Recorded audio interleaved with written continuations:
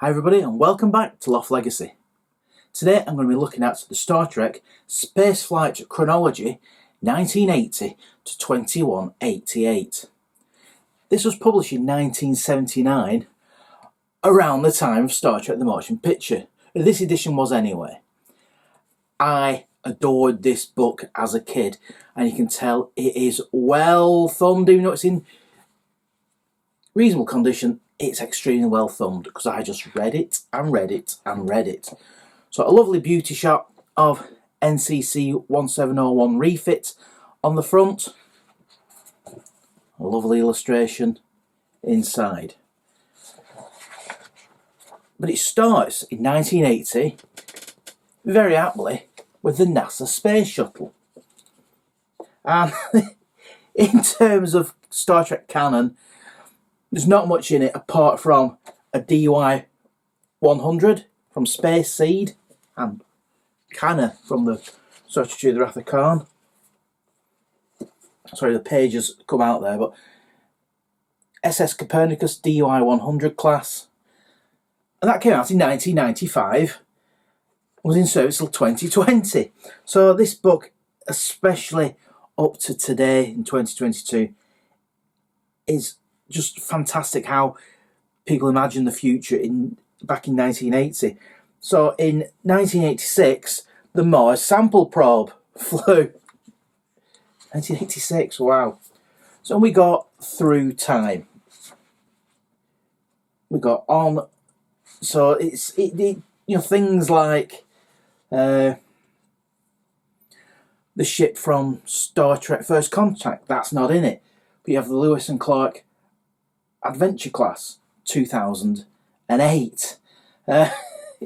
Nuclear spaceships in 2008. It is a pretty good view of the future.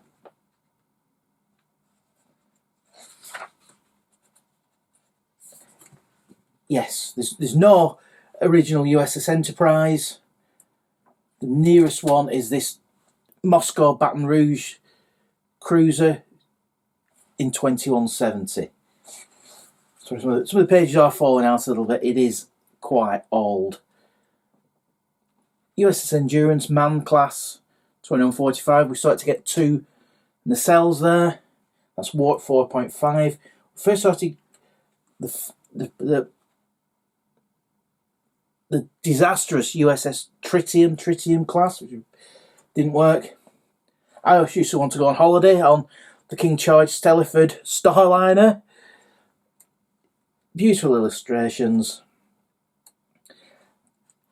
The first USS Enterprise, which you can see a little bit of a picture of in Star Trek the Motion Picture, I think in the recreation deck where they're all mustered to be told about the thing that's going to annihilate humankind. It's just beautiful. They're beautiful illustrations. Again, doesn't mean anything to Star Trek canon. But who cares? The illustrations are that nice.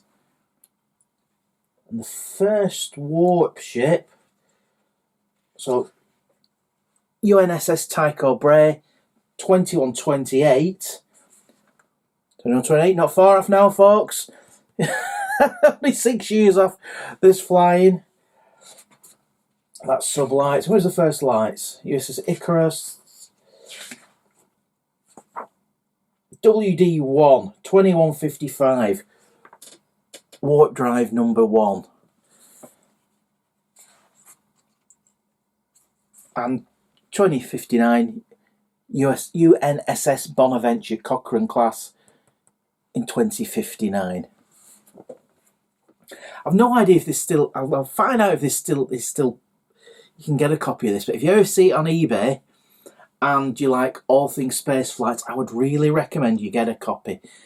Okay, it doesn't, in terms of Star Trek canon, forget it, but a glimpse of the future back in 1980. And don't forget 1979, and don't forget 1979 was a time of optimism. The space shuttle was just about to launch, which was seen as the low-cost, easy truck into space, which sadly and tragically in two occurrences it wasn't. So, lovely book, Highly recommended. If you ever see a copy, get it. Please get a copy. I do really recommend this. Thanks again for watching. Take care, everybody, and see you soon.